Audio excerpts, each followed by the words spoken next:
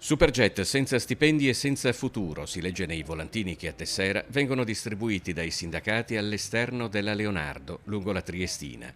Al blocco operativo che ha di fatto ridotto all'osso l'attività dell'azienda del settore aeronautico, schiacciata da anni in una complicata vicenda geopolitica e finanziaria, si somma ora il mancato pagamento degli stipendi di luglio ai suoi oltre 100 dipendenti. Probabilmente l'azienda è venuta meno a mandare dei documenti per essere autorizzati dal tribunale, li ha mandati in ritardo e probabilmente siamo andati lunghi.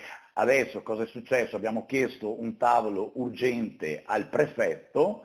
Il prefetto ce l'ha dato questa mattina, abbiamo spiegato le motivazioni anche al prefetto, il prefetto si è impegnato a vedere di provare a trovare una soluzione, provando a muoversi in qualche maniera lui. Qualora il prefetto non riuscisse a, come dire, sbloccare la situazione nei prossimi 2 o 3 giorni, l'azienda sarebbe nelle condizioni di fare un anticipo, una quota forfait per i lavoratori. Superjet International è una joint venture partecipata al 10% da Leonardo e al 90% da una multinazionale russa, le cui quote sono state sequestrate e congelate nell'ambito delle sanzioni applicate dall'Unione Europea dopo l'invasione dell'Ucraina.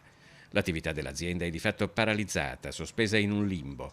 I piani di rilancio paventati in questi anni con potenziali investitori degli Emirati Arabi sono rimasti al palo. Siamo molto molto preoccupati, la situazione è complessa e i progetti di Superjet cominciano a non, come dire, convincere nemmeno i lavoratori. Avevamo avuto alcuni incontri anche, come dire,